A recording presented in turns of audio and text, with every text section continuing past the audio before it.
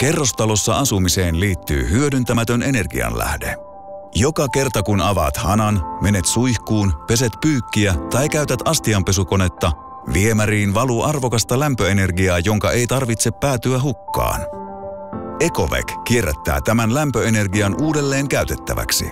Kun käytetty vesi virtaa Ecovec hybridilämmön vaihtimen läpi, siitä otetaan talteen arvokas lämpöenergia, joka muuten hukkuisi viemäriin.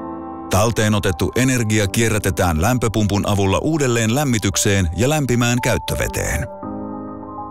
Tämä vähentää merkittävästi kiinteistön energiankulutusta ja säästää rahaa. Se tekee kiinteistöstä ympäristöystävällisemmän ja samalla pienentää lämmityskustannuksia.